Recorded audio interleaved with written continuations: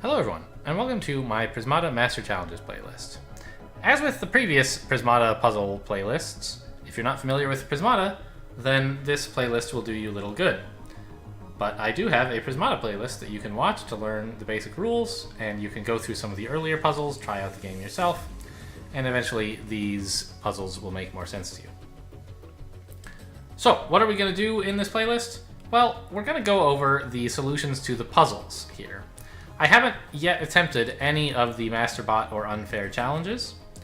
I expect that I should be able to win the Masterbot challenges, although perhaps not on the first try. If it's a particularly... If I misread the set badly enough, Masterbot certainly can beat me. The Unfair challenges, I don't know. I might or might not give them a try.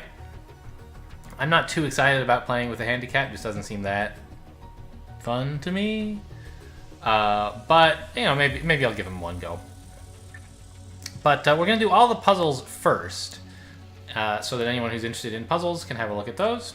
And then I'll do the Masterbot challenges after that. So there certainly won't be any Masterbot challenges in this video. If you want to watch those, skip ahead to some later video in this playlist. Okay, all that set aside, let's start on the first puzzle, Coffee Break 3. So what's this one about? They have a tip. It contains tactical puzzles that are extremely tricky. They all have unique solutions. Good luck. So, we have a lot of defense, but we're being attacked for 4 every turn. And we actually only have 16 defense. We can survive for 4 turns. We have to make use of that time to destroy the enemy's defenses and then their attackers. If we're ever breached at all, we're going to lose the Shadow Fang and thus the game. Well, you could imagine winning the game if you managed to have like a pixie... 2 pixies alive and kill their Shadow Fang next turn or something, but it seems unlikely.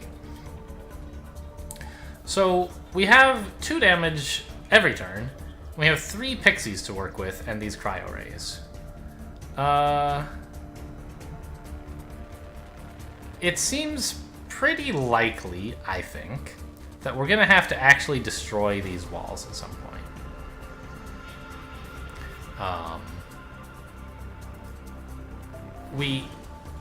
We can't just keep them frozen forever, because...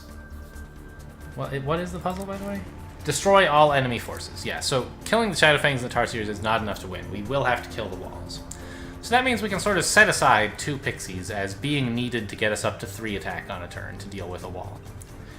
That leaves us 1 pixie to play with that we're not killing a wall with. We can either use it as burst damage to kill the attackers more quickly after we breach, or we can use it to somehow make it easier to get through the walls.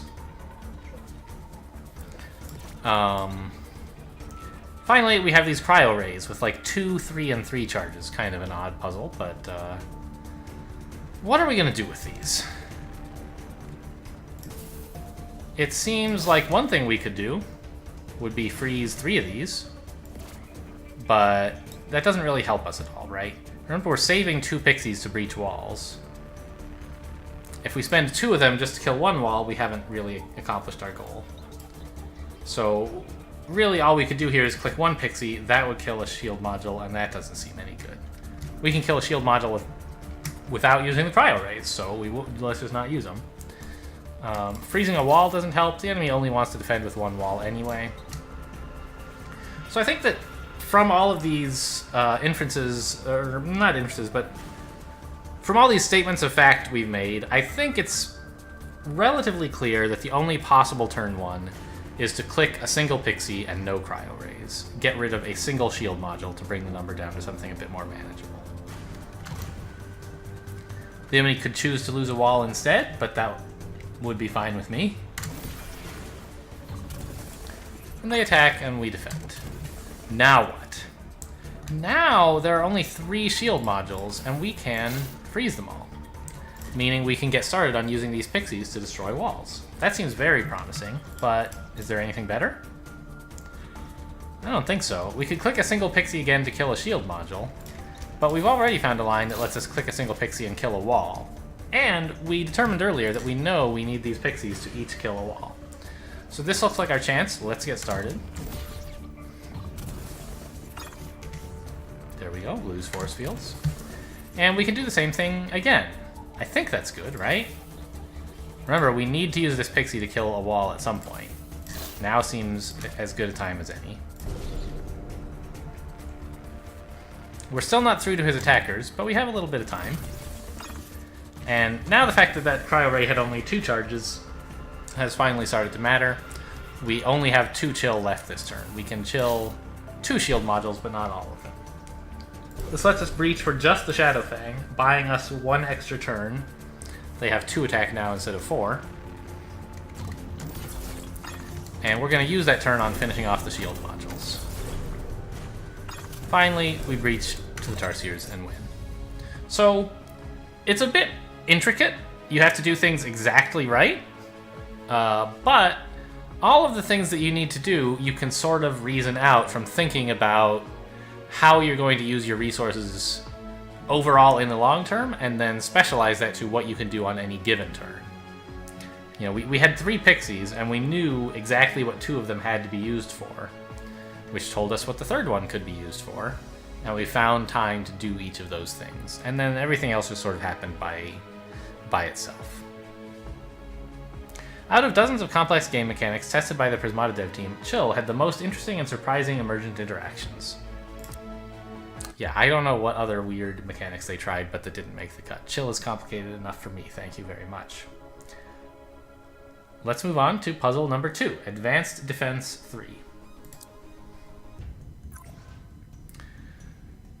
So this should look very familiar. It looks an awful lot like Advanced Defense... I think it was Advanced Defense 1? No, Advanced Defense 2, right? Let's actually go back and check real quick.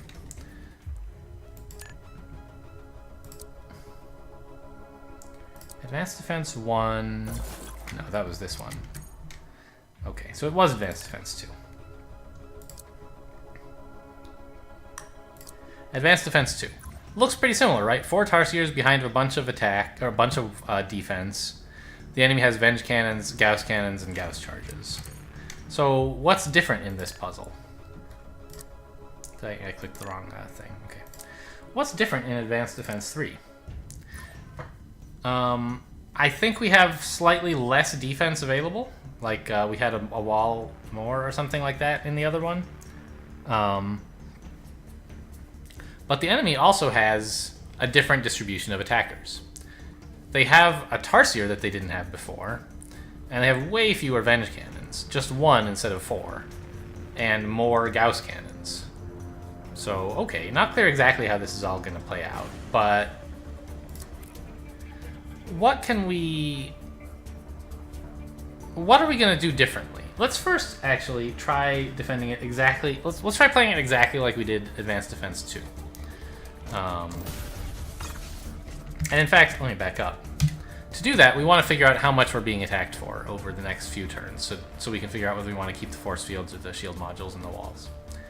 We're being attacked for 8 this turn. And then next turn, it's going to be 4 more is 12. And then we're going to be sort of ratcheting them down gently. And we've decided we're going to play it just like last time and not attack the Tarsiers or Gauss Cannon charges. So we know that's how much... I think, in fact, we've already sort of... It should be pretty clear that that's not a good idea. It was a good idea to leave alone Gauss charges because they were temporary attack, but that was because it let us get to a much more breach-vulnerable unit, i.e. a Venge Cannon. Here, the Tarsier is very breach-vulnerable, right? If we can kill that, we can spend just 1 attack on preventing 1 damage per turn. We don't have to spend, like, 4 attack 4 damage per attack, like the Venge Cannon does, or 5, like a Gauss Cannon. So I think it must be right here to kill a Tarsier. And if we're doing that, then we'll have 3 attack left, which we can't use usefully on Gauss Cannons or Venge Cannons. So let's assume we're killing Tarsier and Gauss Charges and see how that's going to work out. After that, we'll be being attacked for 8, which is... How do you defend 8?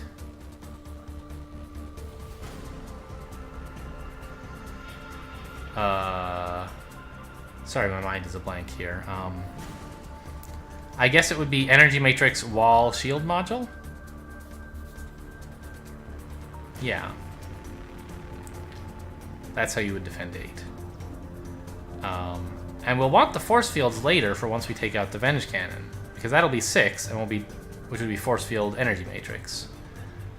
So we've sort of accounted for all of these defenders when they're going to disappear, which means, and also we've concluded the enemy's never attacking us for more than 8. You may remember an earlier puzzle where we learned that if you're never being attacked for more than 8, you know, an energy matrix soaking for 3 is just fine. You just kind of got to live with it. You're never going to get more if they don't attack for 9. And now we go ahead and get the Tarsier, and again, you have nothing useful to do with this 3 attack except kill the Gauss charges, so why not?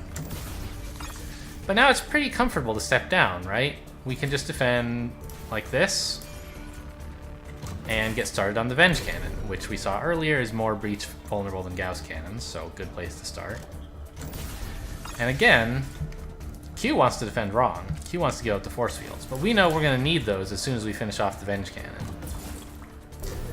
Now we're being attacked for 6, which is perfect for... Wait a minute. This is not right. I think I got this wrong. Let's see how it plays out.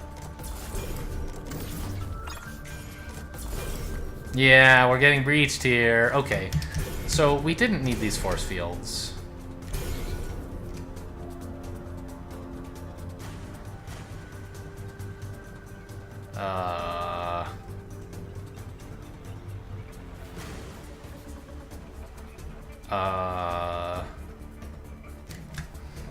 I solved this just the other day. Okay, so first of all, let's assume it was right to lose energy matrix.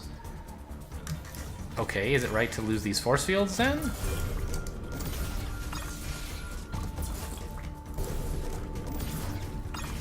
No, this is even worse. Okay, so I think we actually distributed the attack wrong, which is exciting. I'm glad to have messed that up. Yes, okay. I think this is the idea. This is what I forgot. I said that there's nothing useful to do with 3 attack, and that's true. So we might as well kill at least 1 Gauss charge. Is there anything useful to do with 2 attack? Also, no, not really. So let's kill another Gauss charge. Is there anything useful to do with 1 attack? There is. We can make this Gauss cannon die a turn sooner by clipping it for 1 damage. And this way, we take 9 damage this turn, which is great, because we wanted to absorb on this energy matrix anyway, didn't we? This Gauss charge is actually sort of making our lives easier, not harder. So let's not kill it. Okay, I feel much better about this now. So let's go plan our defense again. We're going to kill 3, so they'll attack for 9. And then we'll finish off the Gauss cannon, and they'll attack for 7, which is just wall matrix, and then module matrix. Okay, so we want to lose the force fields here. We're never going to be defending for an even number again. Yes, I like that. Okay, so we kill the Tarsier and 2 Gauss charges, and just clip the Gauss cannon a bit there. Now we can finish off the Gauss cannon, and we can very comfortably defend with wall while we start working on the Venge cannon. Wall again, finish off the Venge cannon, and look at that, the shield modules are here just in time. And we finish off their Gauss cannons enough to get them down to just 4 attack, and we can finish destroying the enemy forces at our leisure. Or leisure, if you're into that sort of thing. So this is a cool one. It's even a bit, like... I don't know why. I guess it's because, like, I solved this puzzle maybe before I solved the previous Advanced Defense puzzle way back in the day. And so I always felt like the first Advanced Defense puzzle was about, like, figuring out how many Gauss charges you're supposed to kill, because I remembered there being a kind of weird number in this game. But I had not really internalized at the time the reason why it's good to kill the number that you kill. First, this Gauss charge, as we saw, isn't really doing anything. 9 attack is fine. And second, Force Field Matrix is good at defending against an even number of attack, but Wall and Shield Module are both good at defending against an odd number of attack. So we'd like the enemy to be attacking for an odd number, which means we need to destroy one of their Gauss cannons. Those two facts combined make it sort of possible, if not necessarily natural, to reach the conclusion that you have to leave a Gauss charge alive and damage a Gauss cannon. So that's a cool puzzle. I like that one. Now on to some Cryo Ray tactics. These were fun.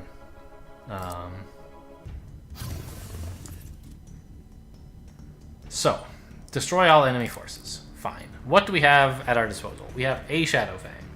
Well, clearly we're not going to do it with just a Shadow Fang, right? So, the answer is you have all this stuff to buy.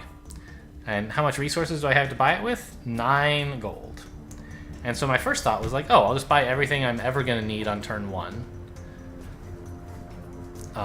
But you can't do that because you only have 3 green per turn. So you're limited to 9 total purchases and 3 purchases per turn, which is kind of cool. You can carry over, of course, but... So, how do we start making progress against these defenders? Obviously, the idea is to kill the defenders and get to the Shadow Fang. We have to find a way to do that. First thing to note is... how are we going to deal with this shield module? If we can get the shield module out of the picture, the enemy will be less granular, which will make it easier to cause them to lose defenders while spending less attack. One approach would be this. Buy 2 Gauss charges. Next turn we'll attack for 4, and their natural defense is to lose the shield module onto the Xeno. After that, we'll have free reign to start destroying their attackers and exploiting granularity. But why don't we just get rid of the shield module by force? And say, well, not by force, by finesse. Just freeze it and say, you're not allowed to defend with this for the next 3 turns. That should be enough time to make a lot of progress against their attackers. Do we want to buy any Gauss charges to go with this? Yes, I think so. If we just freeze the shield module, nothing bad is happening to them. They just absorb on Xeno Guardian. We need 2 more Gauss charges to threaten to do anything. And if we freeze the shield module, they'll have to lose a patroller instead. So this seems like a good first turn.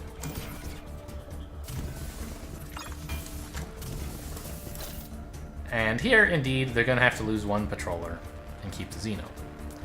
What's next? What do we buy this turn? Do we need any more freeze? It's not really clear what we could do with it next turn. We're already making them defend badly. Buying 3 more freeze won't really do anything. Like, okay, yes, we could buy 3 freeze, and that would take out the Xeno Guardian. It would disable the Xeno Guardian. But we'd only be attacking for 2, which is like killing a borehole. We can do that by just buying a couple Gauss charges. Should we buy 3 Gauss charges? The third one doesn't really do anything. That's the point of this granularity exploit, is that we don't need 3. We can float the green and then next turn do something a little bit more impactful. I'm already starting to have doubts about whether this is actually the right line. Okay, what are we doing next turn? We can still freeze the shield module, that's good. He'll be losing a patroller, so he'll have 6 total defense, right? We have 2, and look at that, 4 and 4. So this should finish off all his defenders except for the shield module, which will be frozen.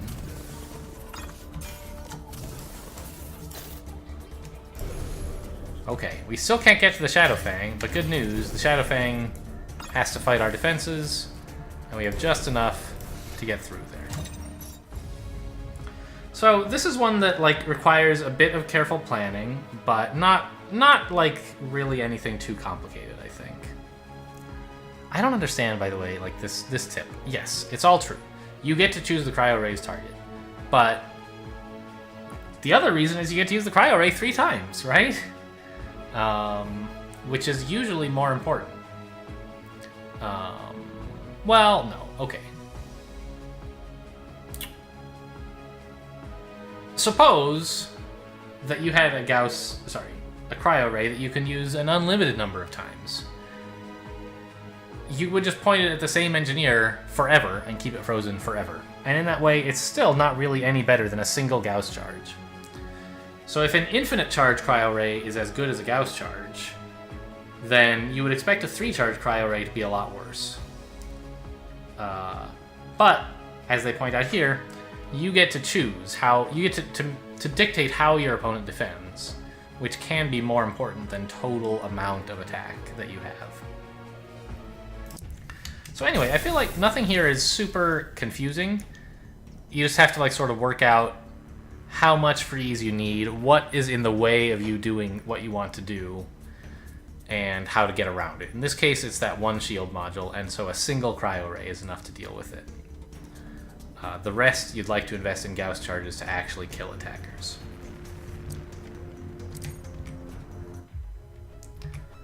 Let's move on to Puzzle 4. Puzzle 4. Cryo Ray Tactics 2. This is a very similar sort of puzzle. We have a single Shadow Fang, and we have access to as much Cryo Ray and Gauss charge as we can afford. What's different is that our opponent has more attackers and has this extra shield module. And also, we have access to a lot more stuff to play with. We have 20 total, not just 10 or whatever it was. 9. I guess it must have been 9. And 5 green per turn to spend it on. So we have a bit more to do here. The first question is, what if we did something sort of similar? We buy 2 cryo rays to freeze the shield modules, and we start building Gauss charges to kill patrollers. This is okay, but we're really only taking out 1 attacker per turn, and we're going to crumble pretty fast if we do that. We're spending these 2 cryo rays to deal like 1 damage per turn. Could we do better? Sort of. What if we freeze the Xeno Guardian so that the opponent gets 2 less damage 2 less absorb per turn? I guess this sounds about the same as what I said before, right? About we were spending 2 cryos to do 1 damage per turn, and now we're spending 4 cryos to do 2 damage per turn. But it's a bit better than that because we also get rid of their granularity with these cryos, right? If I now buy a single Gauss charge, how's the opponent going to defend? They're going to lose the 2 shield modules and absorb on Patroller. That's obviously their... Well, is it their best defense? It seems like a pretty natural defense. Maybe there's something better, but I don't think so.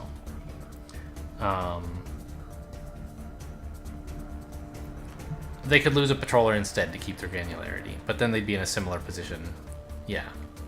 Any turns they choose to lose Patroller to keep 2 shield modules, they just, like, lose their attack a little bit sooner, and then they're in the same position next turn, but with 1 less attack. So it is better for them to lose shield modules. Okay. Anyway, so if we do this, we can freeze the Xeno Guardian and keep him frozen for a while, and we can also get rid of the shield modules. So we're not only doing 2 damage by denying 2 absorb, we're also denying the granularity so that we can exploit them further on future turns by attacking for an even number and giving them 0 absorb. So this seems promising. Of course, the first turn we couldn't do anything, but whatever. Now we take out the Xeno Guardian, and we assume they're losing 2 shield modules here, which means they have just Patrollers left. So we want to attack for the largest even number we can. That means buying 4 Gauss charges.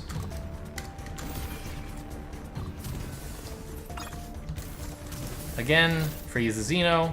They're losing 3 Patrollers, which means we're defending at least. That's good. And we want to attack for the largest even number we can, so let's just buy all the Gauss charges.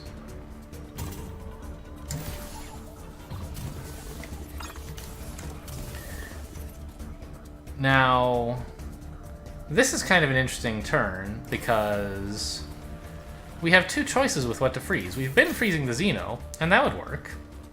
Right? We could kill the Patrollers. Or we could freeze Patrollers and kill the Xeno. In a game, a normal game of Prismata, you usually prefer to kill the large absorber, right? Because it's giving your opponent more value over the coming turns. So this might be a natural play to make. But you'll sort of see when you click here that it's obviously a losing play, right? You're not defended in this way.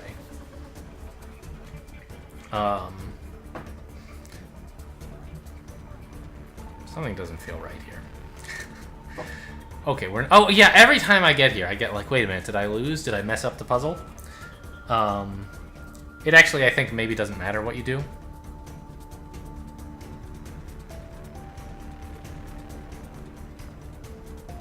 Is that right? Yeah, I guess it doesn't matter. Funny. Okay, so let's do this sort of normal looking thing of killing the Xeno instead of the patrollers. The enemy gets to breach us for 2, killing a Shadowfang. We could do the opposite, right? We could say, let's freeze the Xeno so I can kill more attack. But the enemy still breaches for 1, and that still kills the Shadowfang. It really doesn't matter either way. They're left with 4 health next turn, and they kill all of our attack. We lose, right? But no, not quite, because we can just buy 5 Gauss charges. Our Shadowfang is dead, but that's not the only way to deal damage. We have Gauss charges. They'll have 4 health left, plus the Shadowfang, and this just takes it out. And it would be the same thing if we had frozen Borehole Patrollers and killed Xeno instead. But it's easy to get to this point in the puzzle, right here, and think, ah, off by 1. They got to my Shadowfang, and now I'm gonna lose. Get a little bit tunnel visioned on the Shadowfang as a really important source of damage. But actually, you have enough green and enough gold that you can just kill them anyway.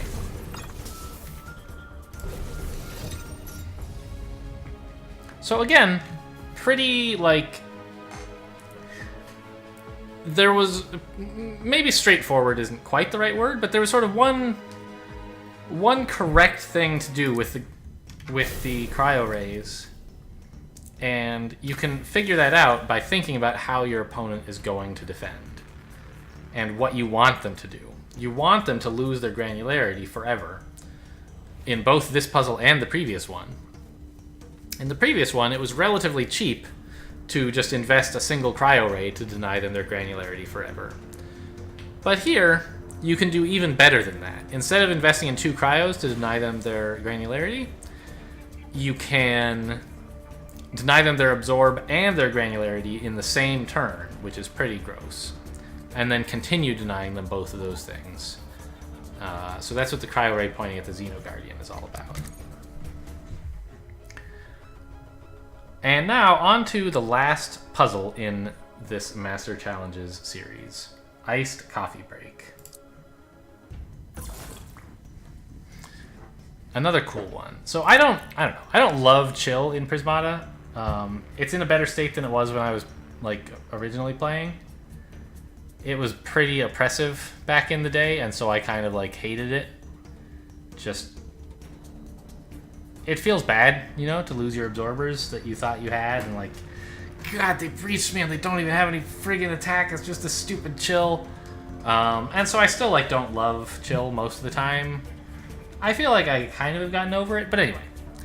I'm saying all this because there were all these chill puzzles just in this set, and actually I found them a lot of fun, even though I'm not a huge fan of chill in general.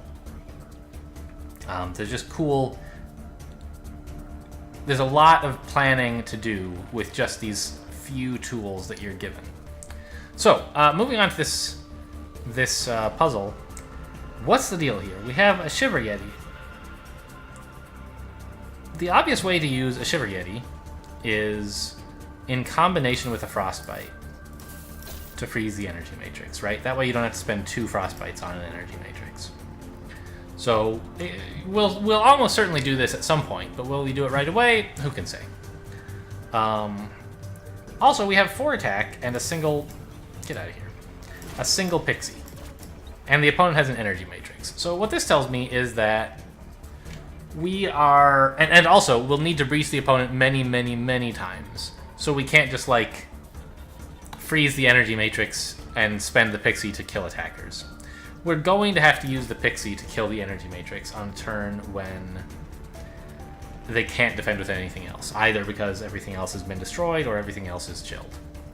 And, you know, we could do that now. There you go. Got him. Right? But if I do, I'm not really going to be able to defend...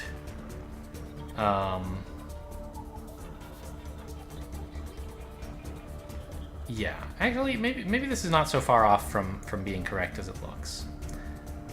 Although I think it is. We kill the walls here. Sorry, we freeze the walls to kill the Energy Matrix. And then we'll have two, you know... Next turn... Is this actually the right answer? This can't be the right answer. No, I don't think it is. And okay, well, let's say we tried this. We're not using the Shiver Yeti for anything, but... Actually, I think that's how you should know that this is definitely not the right answer, is the Energy Matrix is dead, and that's your only chance to ever use the Shiver Yeti. So why is he in the puzzle if you're never using him? It seems unlikely. So let's back off and try a different approach. One natural thing to try is freeze the Energy Matrix. We have a Shiver Yeti. We probably ought to use him. Let's do that. And we're just killing one wall this way with our Pixie. Or, sorry, even without the Pixie. Which is not great. But it seems useful, right? We could try that. We killed a wall. Next turn we'll, like, kill the other wall and get to a Shadow Fang. But we're already unable to defend.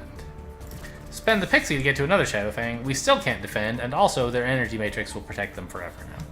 So this is not the right start. But freezing the Energy Matrix does seem good. What if we also froze some walls? Oh, this is cool. We can get through all this stuff. But now, we're never going to be able to finish the Energy Matrix in time, I think. It's going to take us a long time to get through these walls. You know, one turn per wall, basically, this way. And then another turn to kill the Energy Matrix. And finally, we can get back to doing more damage. I don't think we'll last that long. So what if we kind of compromised by freezing the Energy Matrix and a single wall, letting us breach for one to take some of the pressure off in the form of this Shadow Fang? This seems like an interesting idea, and we could do something similar next turn, just freezing the Energy Matrix, killing the second wall and the second Shadow Fang.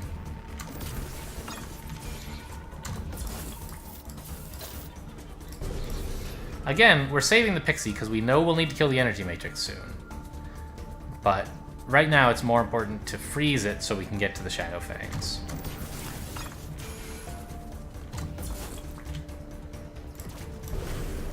Okay. Now the Shiver Yeti is useless, but we can't kill any attackers this turn. That kind of stinks. Good news, the Shiver Yeti is useless, right? We can use him as a defender. And this lets us get through the Flame Animuses, just in time to stop them from being able to damage the Energy Matrix. So I think all of the interest in this game was on the very first turn.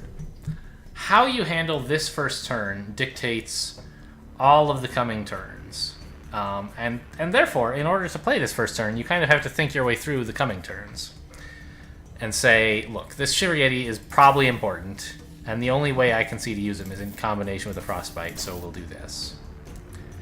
And realizing that you can't really afford to do this 3 turns in a row. You could try. It's a more efficient use of your Frostbites, perhaps. But you just don't have that kind of time. You're going to be down to no defense next turn if you don't kill something fast. So that's what the second Frostbite is all about. But the third Frostbite is just too optimistic. You get to kill all the Shadow Fangs. But now you're only killing 1 wall per turn, right? And you can't use the Shiver Yeti for anything. Oh, you're not killing anything. I take it back. Yeah, you're not killing anything if you use all your Frostbites. So you have to kill some of his defenders instead of just prioritizing attackers, because you need to whittle down the defenses to the point where you can actually overcome them without spending a bunch of Frostbites. So that's why you can come up with a line like this, is because it allows you to kill a defender which in this kind of puzzle is actually, in a way, more important than killing attackers. It's kind of weird, isn't it, that, like, Wall is a higher priority breach target than Shadowfang? You don't usually see that, right? Like, usually if I can kill my opponent's Shadowfangs, I'm a lot happier than if I get to kill his Walls. But here, we're in a privileged position on turn 1 of having many chili units. And therefore, we can do a lot of different things. But we're going to need to break things down so that we can afford a more stable way of breaching. So we need to take out some of the defenses. That's some ways that I can reason through how we might arrive at this puzzle, a solution. So I hope that was useful to you guys. We're now done with all the puzzles, and as promised, in the next episode, I'll try out at least one of these MasterBot challenges. Who knows how long it'll take. Maybe it'll be a single challenge per episode. Maybe I'll get through 2. And I might have a look at the unfair challenges, but I'm not, like, super excited about them. So if you want to see those solved, you know, look at the end of this playlist, and if you don't see solutions to it yet, find someone else's YouTube channel, I guess. But all this to say, we are done with the puzzles in this episode, and therefore with this episode. Thanks for watching, and I'll see you next time.